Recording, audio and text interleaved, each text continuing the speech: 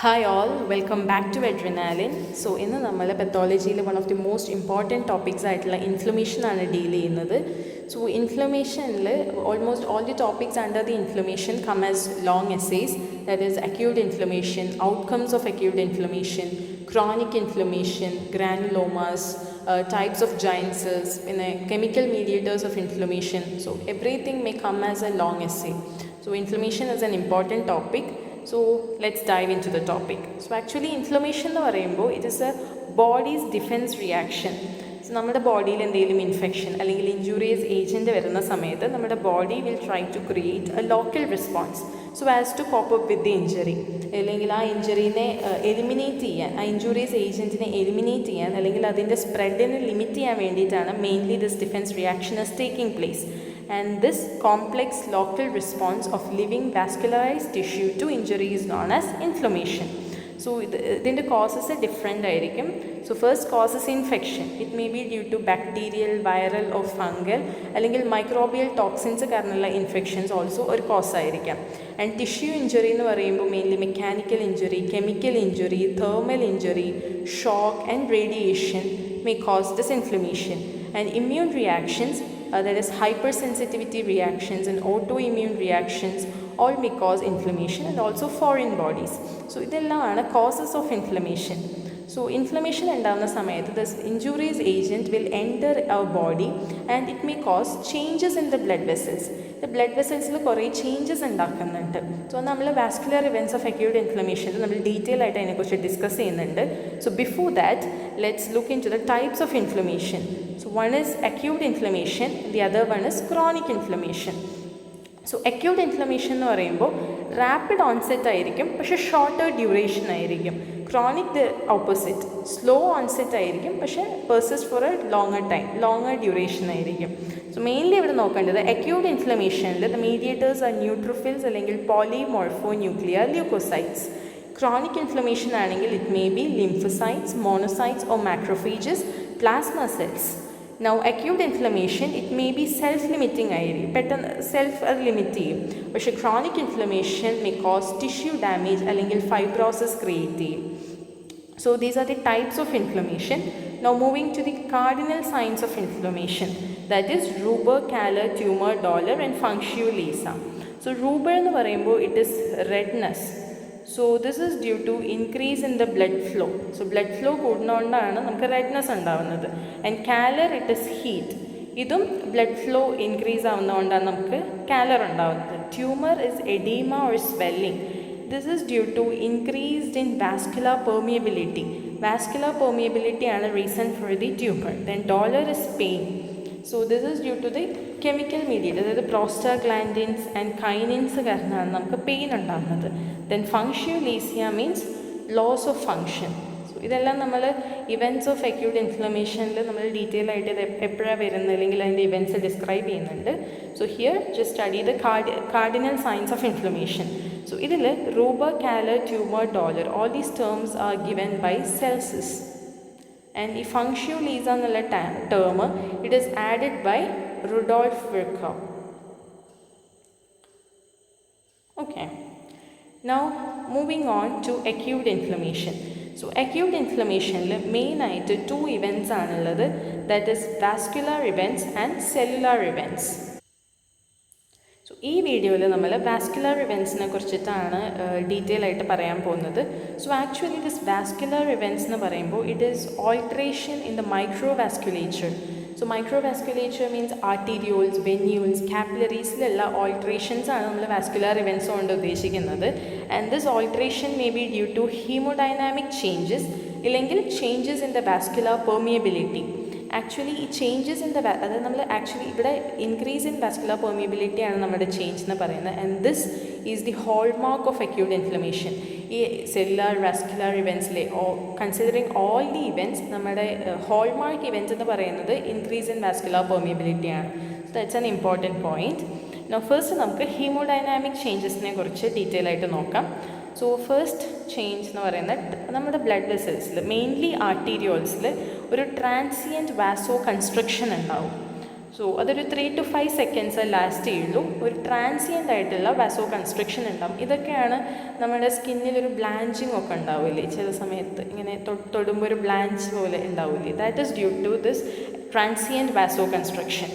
Now next വരുന്നതാണ് persistent vasodilation. So ആദ്യം 3 to 5 സെക്കൻഡ്സിലുള്ളൊരു ട്രാൻസിയൻറ്റ് വാസോ കൺസ്ട്രക്ഷൻ ഉണ്ടാവും.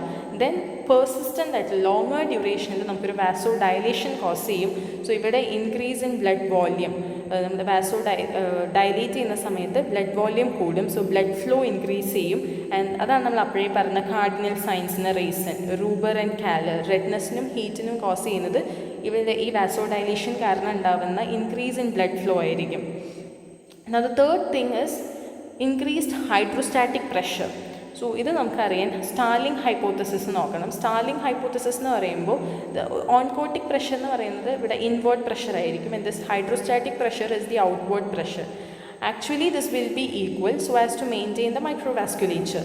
പക്ഷേ നമ്മുടെ ഹീമോഡൈനാമിക് ചേഞ്ചസിൽ ഇൻക്രീസ്ഡ് ഹൈഡ്രോസ്റ്റാറ്റിക് പ്രഷർ ഉണ്ടാവും. So this outward pressure will be more. So ഇവിടെ നമുക്ക് എഡീമ കോസ് ചെയ്യും. സോ ഫ്ലൂയിഡ് നമ്മുടെ ഇൻറ്റർസ്റ്റീഷ്യൽ സ്പേസസിൽ പോയിട്ട് നമുക്കിവിടെ എഡീമ കോസ് ചെയ്യും. ഇവിടെ നോക്കേണ്ട പോയിന്റ് എന്താണെന്ന് വെച്ചാൽ oedema here will be transudate. So ഇത് ട്രാൻസ്യുഡേറ്റ് ആയിരിക്കും. ദാറ്റ് മീൻസ് ഇതിൽ പ്രോട്ടീൻ കണ്ടൻറ്റും സെൽ കണ്ടൻറ്റും കുറവായിരിക്കും, ഫ്ലൂയിഡ് കണ്ടൻറ്റ് ആയിരിക്കും കൂടുതൽ ഉണ്ടാവുന്നത്. So this may cause increased hydrostatic pressure may cause oedema in the blood vessels. Now the fourth one is slowing or stasis. നമ്മൾ പറഞ്ഞു വാസോ ഡയലേഷൻ കാരണം ബ്ലഡ് ഫ്ലോ കൂടുന്നുണ്ട്, ബ്ലഡ് വോള്യൂം കൂടുന്നുണ്ട്. So increased concentration of red cells ഉണ്ടാവും. And this may lead to increased blood viscosity. അപ്പോൾ നമ്മുടെ blood ഫ്ലോയ്ക്ക് ഒരു slowing അല്ലെങ്കിൽ സ്റ്റാസിസ് ഒക്കെ ക്രിയേറ്റ് ആവും. സോ ഇതും നമ്മുടെ റെഡ്നെസ്സിന് കാരണമാവും സ്റ്റാസിസും. സോ ഇവിടെ ഓൾസോ വാസ്കുലർ പെർമിയബിലിറ്റി കൂടുന്നുണ്ടെന്ന് നമ്മൾ പറഞ്ഞു. And it may cause increased haem concentration which may decrease the blood flow and stasis may occur. ഇങ്ങനെയാണ് ഈ സ്റ്റാസിസ് occur ചെയ്യുമ്പോൾ there is increased chance of thrombosis അല്ലെങ്കിൽ clot formation ഉള്ള chances കൂടുതലായിരിക്കും. So also you can remember that. And leukocyte margination may also occur in hemodynamic changes. That is emigration will occur. Emigration എന്ന് പറയുമ്പോൾ നമ്മുടെ mainly ന്യൂട്രോഫിൽസിൽ നമ്മുടെ blood വെസൽസിന് peripheral orientation of neutrophils ഉണ്ടാവും. നമ്മളൊരു പിക്ചർ ഉണ്ട് താഴെ, നമുക്ക് അപ്പം നോക്കാം. So this peripheral orientation of leukocytes ഉണ്ടാവും. So that is emigration. So ഈ ഹീമോഡൈനാമിക് ചേഞ്ചസ് നമുക്ക് ഡെമോൺസ്ട്രേറ്റ് ചെയ്യാൻ വേണ്ടിയിട്ട് an experiment, Lewis experiment will be helpful. So this Lewis experiment എന്ന് പറഞ്ഞാൽ മെയിൻലി നമ്മുടെ ഫീച്ചേഴ്സ് ഓഫ് ഹീമോഡൈനാമിക് ചേഞ്ചസിനെ ഡെമോൺസ്ട്രേറ്റ് ചെയ്യുന്ന ഒരു എക്സ്പെരിമെൻ്റ് ആണ്. ഇത് ഇന്നർ ആസ്പെക്റ്റ് ഓഫ് ഫോറാമിൽ ഒരു ബ്ലണ്ട് പോയിൻ്റ് വെച്ചിട്ട് ഇങ്ങനെ സ്ട്രോക്ക് ചെയ്തു. സ്ട്രോക്ക് ചെയ്യുന്ന സമയത്ത് ഫസ്റ്റ് നമുക്കൊരു റെഡ് ലൈൻ കാണും. ദെൻ ഫ്ലെയർ ഉണ്ടാവും. ഫ്ലെയർ മീൻസ് ഒരു ബ്രൈറ്റ് റെഡ് ഫ്ലഷ് പോലെ ഉണ്ടാവും surrounding this red line. So അതാണ് ഫ്ലെയർ. വീൽ എന്ന് പറയുമ്പോൾ ഒരു സ്വെല്ലിങ് ഓർ എഡീമ അവിടെ ഉണ്ടാവും ആ ഒരു നമ്മൾ സ്ട്രോക്ക് ചെയ്തൊരു പോയിന്റിൽ. ഇതാണ് ട്രിപ്പിൾ റെസ്പോൺസ് എന്ന് പറയുന്നത്. സോ ഇത് ലൂയിസ് എക്സ്പെരിമെൻറ്റ് വഴിയാണ് നമുക്കിത് മനസ്സിലായത്. So this is to demonstrate the features of haemodynamic changes. അപ്പോൾ ട്രിപ്പിൾ റെസ്പോൺസ് അവിടെ നമുക്ക് കാണാൻ പറ്റി. That is red line, flare and wheal. So ഇതാണ് Lewis experiment. Now coming to the important event, that is increased vascular permeability. So ഇവിടെ എന്താ സംഭവിക്കുന്നതെന്ന് വെച്ചാൽ ആക്ച്വലി നമ്മുടെ എൻഡോത്തീലിയൽ ലെയർ എന്ന് പറയുന്നത് നോൺ പെർമിയബിൾ ലെയറാണ്. നമ്മുടെ എൻഡോത്തീലിയൽ ഇവിടെ ലെയർ എന്ന് പറയുമ്പോൾ ഇറ്റ്സ് നോൺ പെർമിയബിൾ. അതിൽ വലിയ പെർമിയബിലിറ്റി ഇല്ല. സോ നമ്മുടെ കണ്ടൻസിനെ ക്രോസ് ചെയ്യാൻ കഴിയില്ല. പക്ഷേ ഇവിടെ വാസ്കുലർ പെർമിയബിലിറ്റി കൂടുന്ന സമയത്ത് ഈ നോൺ പെർമിയബിൾ ആയിട്ടുള്ള എൻഡോത്തീലിയൽ ലെയർ ലീക്ക് ആവും. അവിടേക്ക് ഗ്യാപ്സ് വരാൻ തുടങ്ങും. So that the contents can move out. So ഇതാണ് ഇൻക്രീസ്ഡ് വാസ്കുലർ പെർമിയബിലിറ്റി കൊണ്ട് ഉണ്ടാകുന്ന ചേഞ്ച് എന്ന് പറയുന്നത്. സോ ഈ വാസ്കുലർ പെർമിയബിലിറ്റി ഇൻക്രീസ് ആവാൻ വേണ്ടിയിട്ട് 5 things are happening. This 5 causes may lead to increased vascular permeability. So one by one നമുക്ക് നോക്കാം. So the first one is contraction of endothelial cells.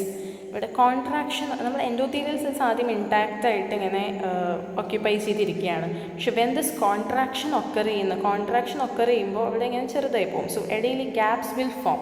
So gaps will form in between this endothelial cells. അപ്പോൾ ജംഗ്ഷനിലാണ് നമ്മുടെ gap ഉണ്ടാവുന്നത്. ഇവിടെ ഇങ്ങനെ gaps form ചെയ്യും. So this is immediate transient response. So ഈ ഗ്യാപ്പിലൂടെ നമുക്ക് ഈ കണ്ടൻസിന് പുറത്തു പോകാൻ പറ്റുമല്ലോ. This is so that may cause increased vascular permeability. So ഇതാണ് ഒരു common mechanism. So contraction of endothelial cells is a common mechanism. It mainly commonly occurs in the venules. So ഇതിൻ്റെ mediators ആണ് histamine, bradykinin, leukotrienes, neuropeptide substance P. ഇതെല്ലാം ഇതിൻ്റെ mediators ആണ്. And this contraction of endothelial cells എന്ന് പറയുന്നത് ഒരു immediate transient response ആണ്. അതായത് റാപ്പിഡ് ആണ്, പക്ഷേ ഷോർട്ട് ലിവ്ഡ് ആണ്. That is immediate transient response, rapid and short lived. Now moving on to the second cause, അതായത് ഡയറക്റ്റ് എൻഡോത്തീലിയൽ ഇഞ്ചുറിയാണ്. ഡയറക്റ്റ് എൻഡോത്തീലിയൽ ഇഞ്ചുറി എന്ന് പറയുമ്പോൾ ഇത് നമ്മുടെ ഇഞ്ചുറീസ് ഏജൻറ്റ് വന്നിട്ട് നമ്മുടെ എൻഡോത്തീലിയൽ സെൽസിൽ എവിടെ വേണമെങ്കിലും അതിന് injury anywhere in the endothelial cells ആ ഇഞ്ചുറി ഒക്കെ അറിയാം. മറ്റേത് നമ്മൾ ജംഗ്ഷനിലാണ് നമുക്കിങ്ങനെ ഗ്യാപ്പ് ഫോം ചെയ്യുന്നതെന്ന് പറഞ്ഞില്ലേ, പക്ഷേ ഇവിടെ എൻഡോത്തീലിയൽ സെൽസിൽ എവിടെ വേണമെങ്കിലും ഇങ്ങനെ ഈ ഗ്യാപ്സ് മേ ഒക്കെ. സോ എവിടെ ഇതിൽ കൂടെ വേണമെങ്കിലും എന്നിട്ട് പോകാൻ പറ്റും. So that is direct endothelial injury. The leakage of vascular contents, cellular contents may occur.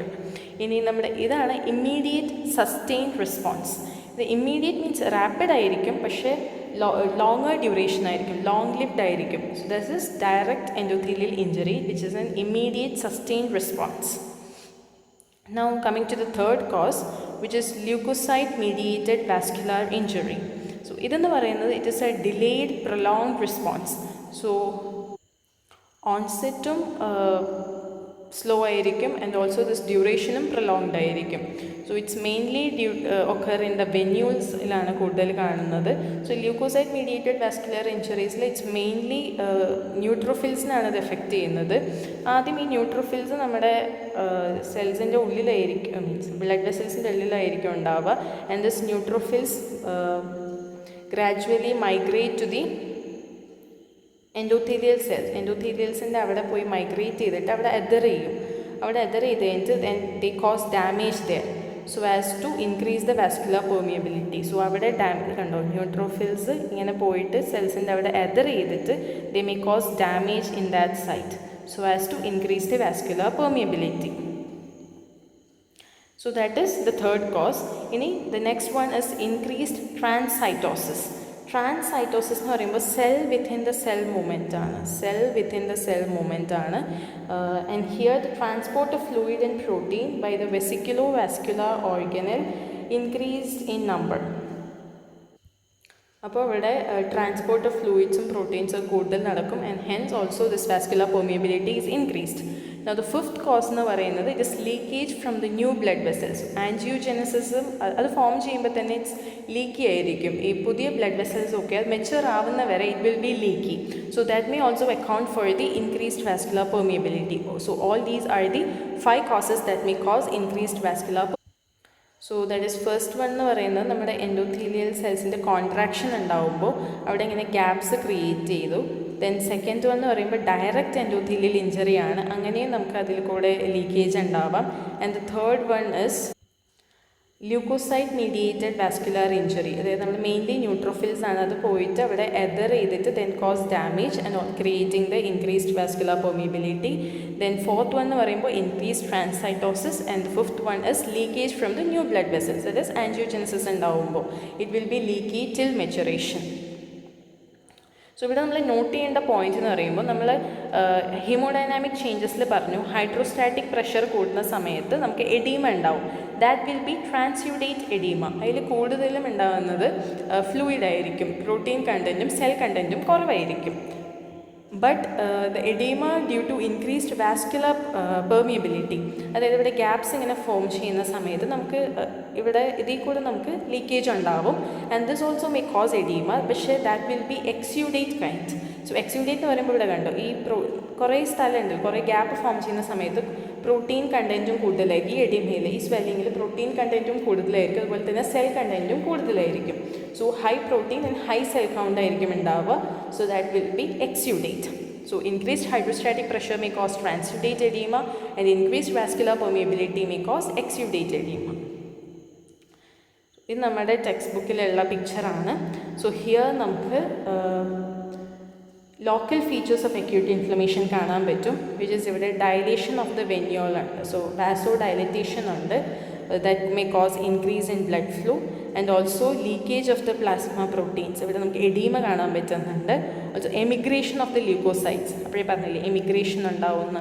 So this neutrophils peripherally orientate, mainly neutrophils ആണ് which may orient peripherally. So these are the events in acute inflammation. So here നമുക്ക് transudate and exudate kind of oedema കാണാൻ പറ്റും. Transudate എന്ന് പറയുമ്പോൾ low protein content and few cells ആയിരിക്കും. Exudate high protein and may show few WBCs or RBCs. ഇവിടെ കണ്ടു increased hydrostatic pressure ആയിരിക്കും, ഇപ്പോൾ കൂടുതലും ഫ്ലൂയിഡ് ആയിരിക്കും പുറത്ത് ലീക്ക് ചെയ്ത് പോവുക. പക്ഷേ here vasodilation, increased vascular permeability and stasis of blood ഉണ്ടാവും. So leakage of fluid and protein and extravasation of the leukocytes may occur. So this may cause exudate. So this is about the vascular events of inflammation. And also നമുക്കിവിടെ Virchow's triad നമുക്ക്, so this is Virchow's triad ഇതിനോട് associate ചെയ്തിട്ടുള്ള ഒരു ട്രയാഡാണ്. So just remember that also. So the Virchow's triad includes endothelial injury, changes in the blood flow and hypercoagulability. So these three constitutes the Virchow triad. So ഇത്രയാണ് നമ്മൾ acute ഇൻഫ്ലമേഷൻ്റെ vascular ഇവൻറ്റ്സിൽ discuss ചെയ്യേണ്ടത്. So 5 haemodynamic ചേഞ്ചസും ഉണ്ട്, then 5 vascular permeability ചേഞ്ചസും ഉണ്ട്. So all these constitute the vascular events of acute inflammation. So these vascular events ആണ് നമ്മുടെ cardinal signs of ഇൻഫ്ലമേഷന് വേണ്ടിയിട്ട് account ചെയ്യുന്നത്.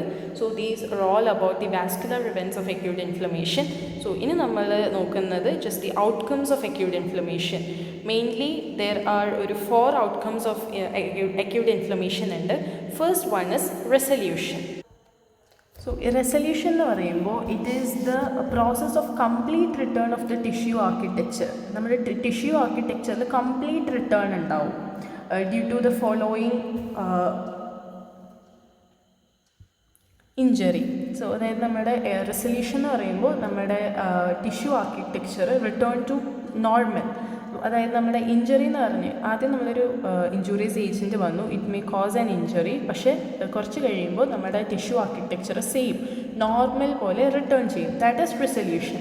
അത് എപ്പോഴൊക്കെയാണെന്ന് പറഞ്ഞാൽ കണ്ടീഷൻസ് ഇസ് ഇഞ്ചറി ലിമിറ്റഡ് അല്ലെങ്കിൽ ഷോർട്ട് ലിവ്ഡ് ആയിരിക്കണം, അല്ലെങ്കിൽ no or minimal tissue damage ഇത് കോസ് ചെയ്യാൻ പാടുള്ളൂ, ഇല്ലെങ്കിൽ when the injury is capable of regeneration. So these are the conditions so that resolution may occur.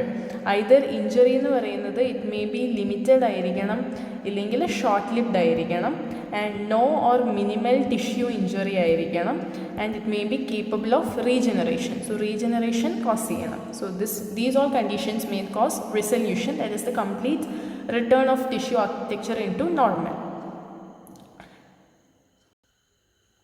Next one is organization or healing by fibrosis.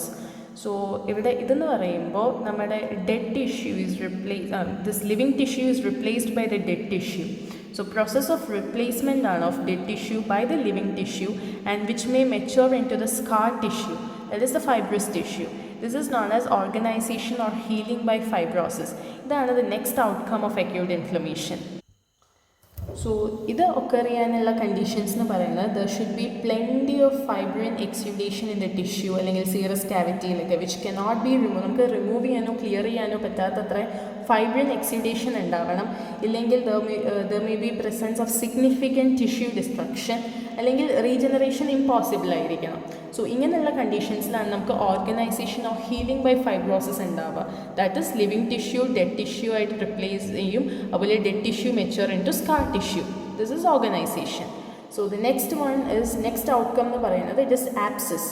Abscissa എന്ന് പറയുമ്പോൾ it is localised collection of പസ്സിനെയാണ് നമ്മൾ abscess എന്ന് പറയുന്നത്. And നമ്മുടെ acute inflammation ഉണ്ടായ area എന്ന് പറയുന്നത് it is walled off by inflammatory സെൽസും ഈ ഫൈബ്രോസിസും ഒക്കെ ആ ഇൻഫ്ലമേഷൻ ഉണ്ടായ ഏരിയനെ വാൾ ഓഫ് ചെയ്യും. So that the neutrophil products destroy the tissue, ആ ടിഷ്യൂ സ്പേസിനെ ഡിസ്ട്രോയ് ചെയ്തിട്ട് അവിടെ it may collect pus there. So അങ്ങനെയാണ് ആപ്സിസ് ഫോം ചെയ്യുന്നത്. So this is the third outcome of acute inflammation. The next and last outcome of acute inflammation is chronic inflammation.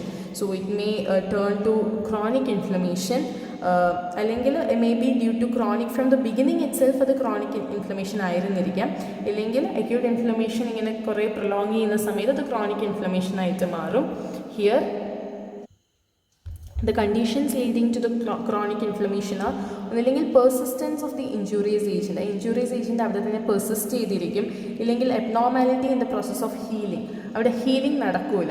So these are the reasons contributing to chronic inflammation. So അതിന് example എന്ന് പറയുന്നത് ഈ നമ്മുടെ ലങ്ങിലുള്ള bacterial inflammation, അത് acute inflammation ആയിട്ടുള്ള pneumonia ആയിട്ടായിരിക്കും begin ചെയ്യുക. പക്ഷെ അത് റിസോൾവ് ചെയ്യാൻ ഫെയിൽ ആവുന്ന സമയത്ത് അത് അവിടുത്തെ tissue extensive tissue destruction cause ചെയ്തിട്ട് it form a cavity there. So ആ ക്യാവിറ്റിയാണ് which may lead to the chronic inflammation known as lung abscess. Okay, അങ്ങനെ pneumonia will convert into lung abscess. Also acute osteomyelitis converting into chronic osteomyelitis is also an example for this. പിന്നെ peptic ulcer. So chronic ഒരു persisting stimulus, ഈ peptic ulcer of duodenum അല്ലെങ്കിൽ സ്റ്റൊമക്കിൽ ഇങ്ങനെ persisting ഒരു stimulus ഉണ്ടാവും, അത് months or years ഇങ്ങനെ പെർസിസ്റ്റ് ചെയ്യുമ്പോൾ ഇറ്റ് മേ ബിക്കം ക്രോണിക്.